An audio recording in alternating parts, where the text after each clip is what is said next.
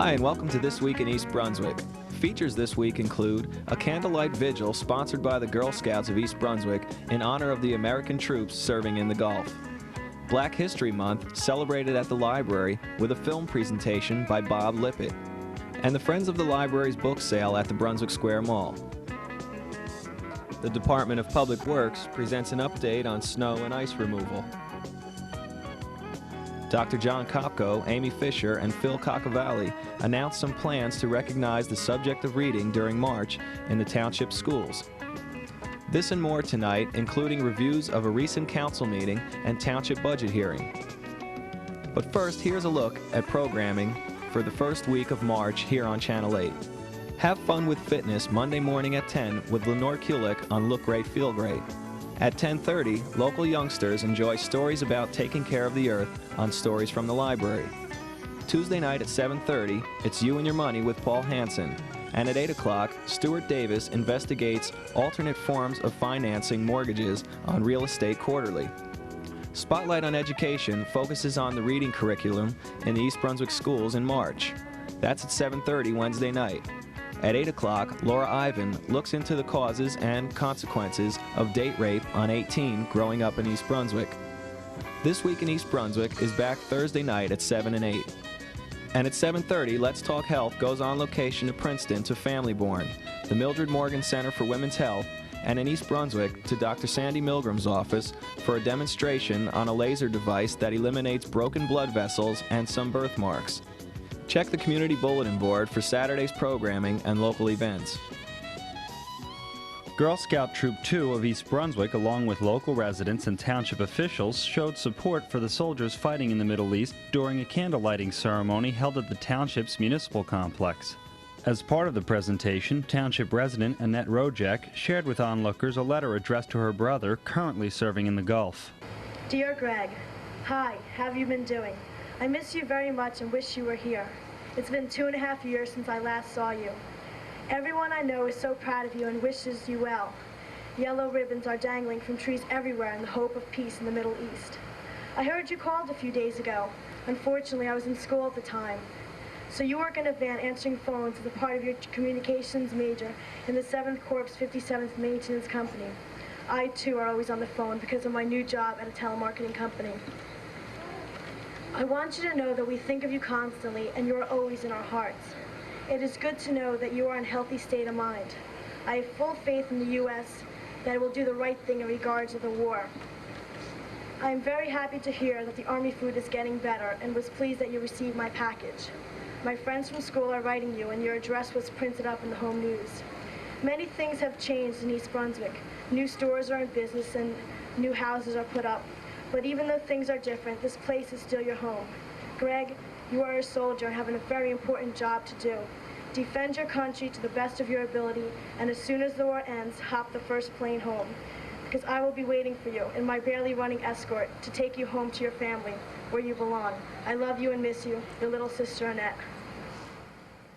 Councilman Sporn and Zarnowski were among participants, as well as Council President Ira Oskowski, who expressed his concerns over the needs for just such vigils. On Monday, January 15, 1991, a day before the Persian Gulf War started, the mayor and councilmen of East Brunswick had a ribbon-tying ceremony to show our support for East Brunswick residents who were being sent to the Persian Gulf in the various armed forces. At this ceremony were the parents of many of these individuals. I asked one parent, what can we do to show our support for the soldiers and men and women going over to the Persian Gulf? And the woman said to me, do exactly what you're doing right now, not only during the war, but when they come home. So I say to all of you, when you ask whether candlelighting ceremonies are enough to show support, I say it definitely is.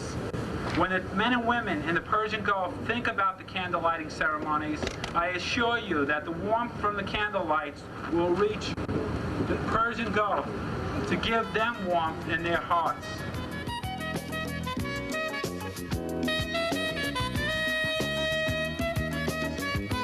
February is Black History Month, and the East Brunswick Public Library showed support by hosting a films program on Sunday featuring host Bob Lippitt's favorite television and movie clips.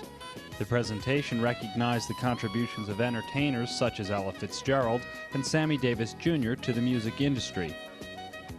Some of the accomplishments, styles, and personalities of other pioneering musicians are explained by Mr. Lippett. In show business, they called him the gentle giant. Capitol Records' famed round modernistic building on North Line Street in Hollywood is called the Tower That Nat Built. He sold 9 million record albums and made $50 million for Capitol Records. He was the first black ever to be the star of his own major network TV show. He sold the rights to his first song, Straighten Up and Fly rights, for a mere $50.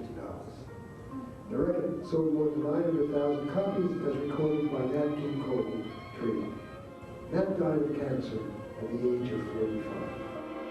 They try to tell us we're too young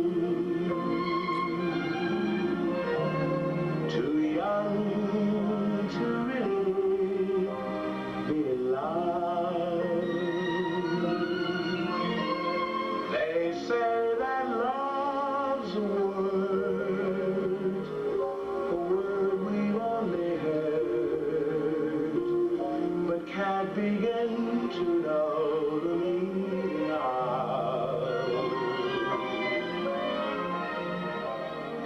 And yet, in 1973, Joan O'Connor set Leave No One. She is probably the most physically attractive singer in the business. Her style leans toward energetic belting, then simmering insinuation. Sometimes a touch mean, sometimes sassy, always sexy, and always dazzling. Never had no bad luck, no bad luck. The day that I met you.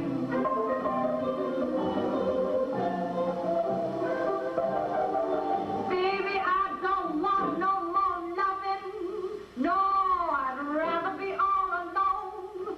So when my payday comes around, I call my money on my own. Let me forget you, baby. Fats was born in 1904. He acquired his Fats nickname because of his voracious appetite. Fats composed Ain't Misbehavin', Black and Blue, Honeysuckle Rose, Squeeze Me, Keeping Out of Mischief Now, I've Got a Feeling I'm Falling, plus many others. In a few moments we're going to see and hear Fats sing his famous song, Honeysuckle Rose.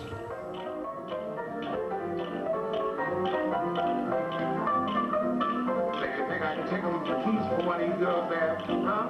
What you say? Well, all right then, baby. I'm with you 100%. Come here, I want to tell you something. Everybody feels jealousy when they see you out with me. Don't blame them. Goodness knows, honeysuckle rose.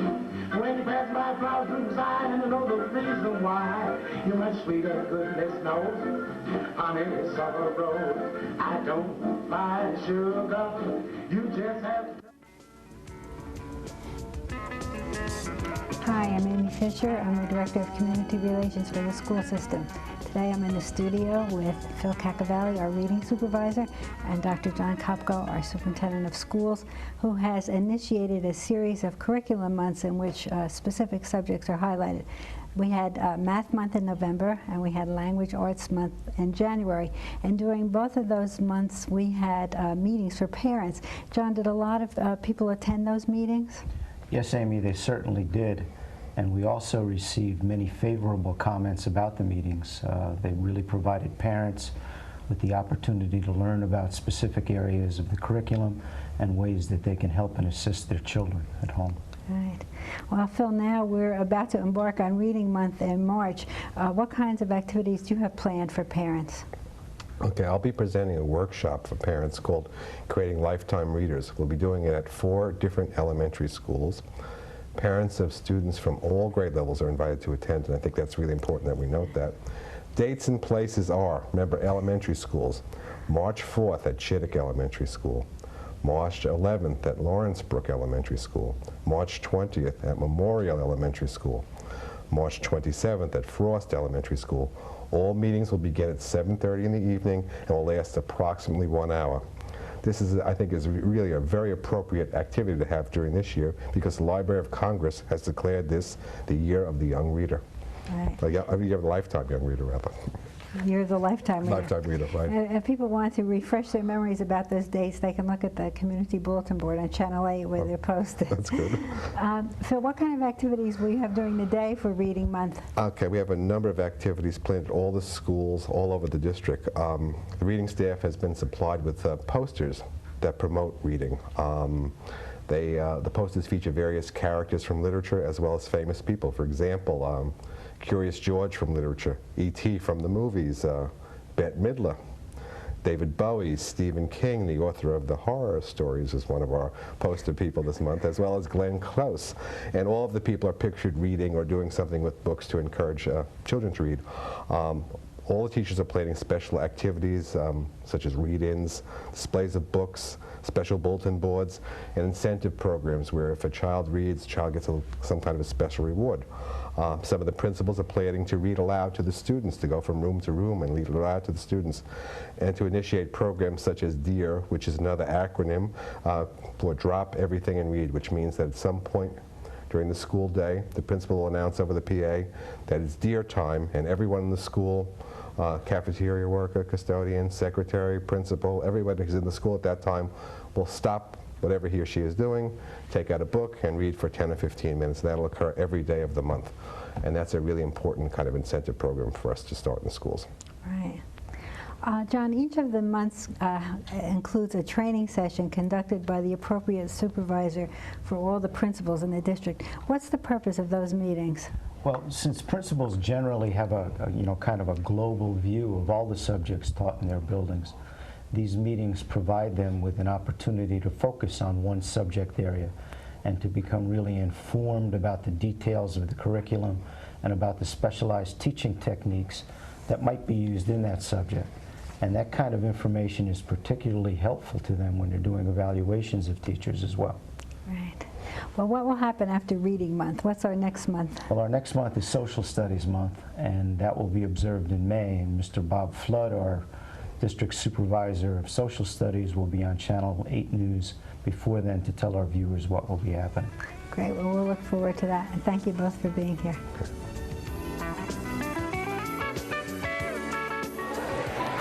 Josephine Fiamingo, and we're here at the Friends of the Library's 17th Annual Bargain Book Sale. It's opening night, and the line is forming. It's almost going down to the end of the mall. And here with me is Hope Mulberg, President of the Friends of the Library. How long have you been here, Hope, tonight before the sale opened? Well, I got here at 5 o'clock, but some of the women were here all day. And what were they doing all day long with the sale not being open? What would they be doing? Well, they're getting everything ready and really making sure that everything was in perfect order to get ready for the opening tonight. And they were, let's say, babysitting the books. It's such a funny term, babysitting the books. You know, there's dog sitting, there's house sitting these days, and now we have book sitting. When did they start forming a line? I believe that the first person that came was here at 4:30, and they have been coming in a very steady stream since then. How many people would you say now we have in line? Let's see, I gave out number 125 a few minutes ago, and the line, oh boy, the line is much longer now. There are about 150 or maybe more. Okay, and last night was setup night for the Friends of the Library's book sale. What did that involve? How many people were here, and what did you do last night to get everything ready for everyone tonight? Last night there were 2 truckloads of cartons of books, and that's about 40,000 books. They were brought in by some of the young men who are part-time workers at the library and some of our husbands, and they unloaded the books, and some of the children of the Friends members were here, and we were all here carting the cartons and emptying them and putting them in order. And as you can see, if you look around, they are in very, very nice order. And let's talk about the selection of the books. What categories do we have this year, and what kind of selection can we offer people this year? Well, the most popular, of course, is the paperback fiction. We have hardcover fiction, mystery, science fiction, art and music, biography, religion, lots of reference books. That means not only just reference books and textbooks, but also sets of encyclopedias. There's history, and then of course we have records and we have videotapes. And from what I understand, we have over 500 video cassettes, and we have some of the newer titles. What are some of the newer titles that we'll be selling at the sale? Well, we have Three Men and a Baby, lots of that, and there's some of the Schwarzenegger things, and a lot of the tapes that are now in the video stores you'll find here tonight. There are many, many of them. There are about, as you said, 500. And they sell at $6 a piece, and they're all in excellent condition. And how about the prices of the books? How are they priced? What is the range? The romance are 4 for $1. All the paperback, fiction, nonfiction are 50 cents a piece, and all of the other books go from $1 all the way up $5, $6, depending on condition and depending also on how new they are. There are a lot of hardcover fiction books here that are very new and are very recently from the library, so there's a lot of bargains here. Thank you, Hope. There's something for everyone here. The sale runs until Sunday, March 3rd during mall hours. We hope to see you here.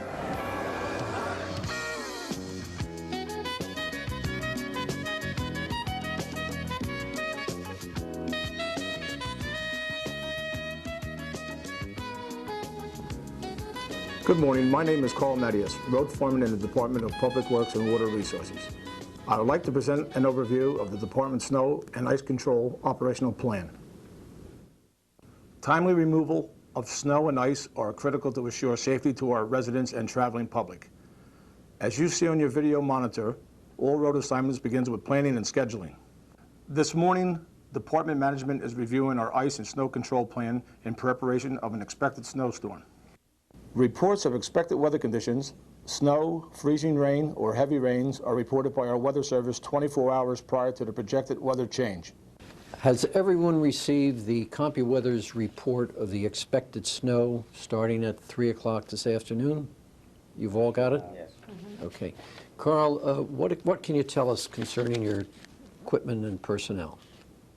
We have 8 trucks loaded with sand and salt, ready to go, and we have extra personnel if needed. The key to meeting our targets and making all roads passable and safe rests with department personnel in cooperation with East Brunswick residents. Operating equipment safely and productively and commitment to working long hours are valuable characteristics of these workers. Plowing and sanding of roadways are scheduled by order of priority. These priorities address the need to provide safe driving conditions for all township residents, especially emergency vehicles. Main roads include Ticey's Lane, Edgeboro Road, Harts Lane, University and Eggers, West Prospect Street, Sudam Road, Corona Road, and Tower Center Drive. Dunham's Corner Road, Merrill Avenue, Jensen Street, Civic Center Drive, Sunburst Drive.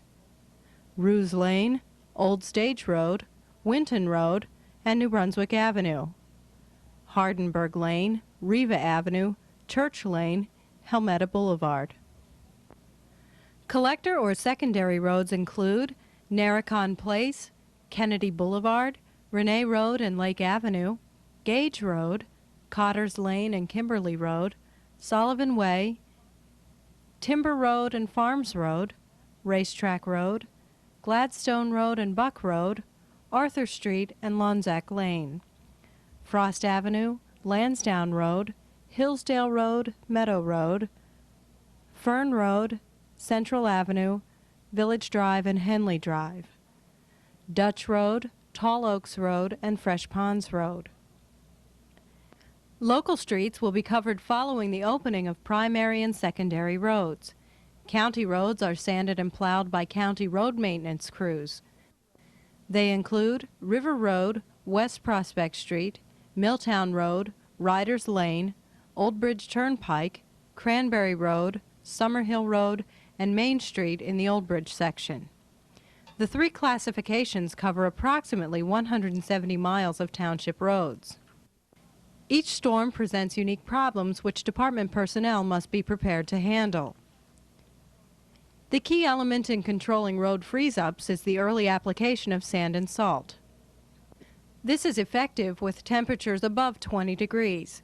Temperatures below 20 degrees require an application of calcium chloride. The following reminders to our residents will assist in providing safe roadway conditions. Remove vehicles from roadways where possible to allow sanding and plowing equipment access. Do not throw snow from private property into public streets. Plan your schedule, allowing extra time to reach your destination. Drive defensively, anticipate movements.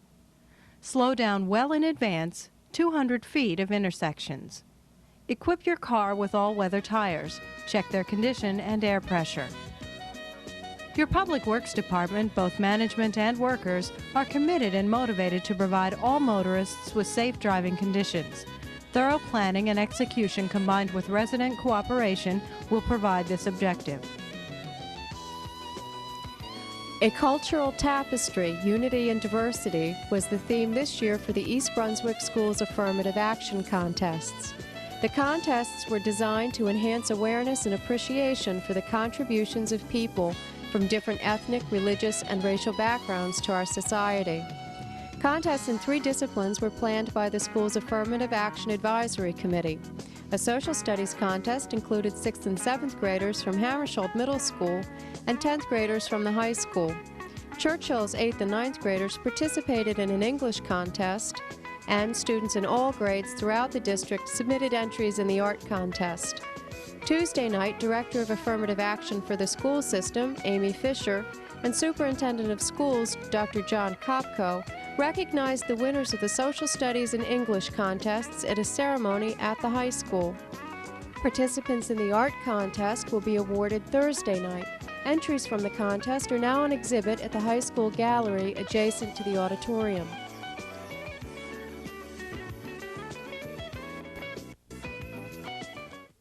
Cloudy with a few sunny breaks and not as warm tomorrow with a high of 53. You are watching a man have a heart attack. Bob, your breakfast is ready. He's hoping it's nothing, but he knows the signs. Oh, what order we need to be hungry? Hi, gang. Here's your juice, Daddy. Oh, thanks, sweetie. Hey, you doing? Yeah, I'm fine. And now is the time he should be getting help. Oh, what's on me later, okay? Yeah.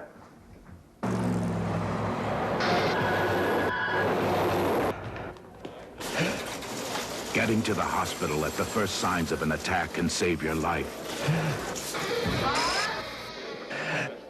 Paul? Need your help. Better get me to a hospital.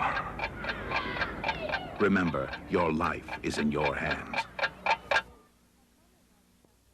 At Monday night's council action meeting, the council approved an ordinance for a bond providing $250,000 for capital improvements. Those improvements include the acquisition of fire equipment for Fire District Number 3 and several improvements to the drainage system on Riders Lane at the East Brunswick Jewish Center.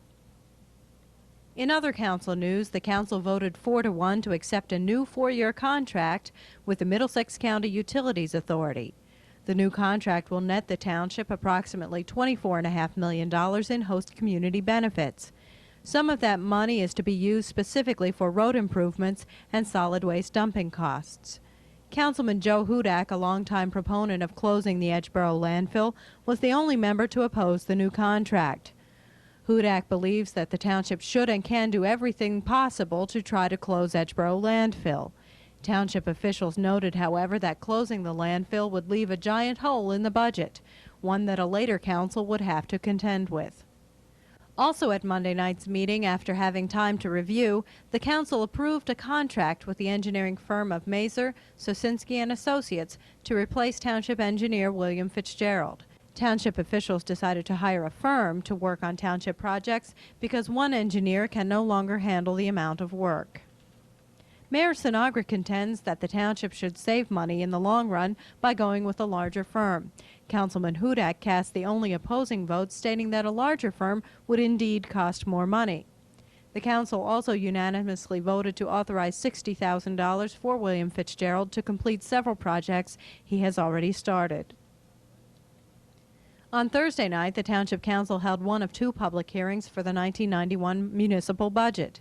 Some specific points in this year's budget include a 10-cent hike in the current 79-cent municipal tax rate, elimination of the township newsletter, and elimination of about 10 jobs.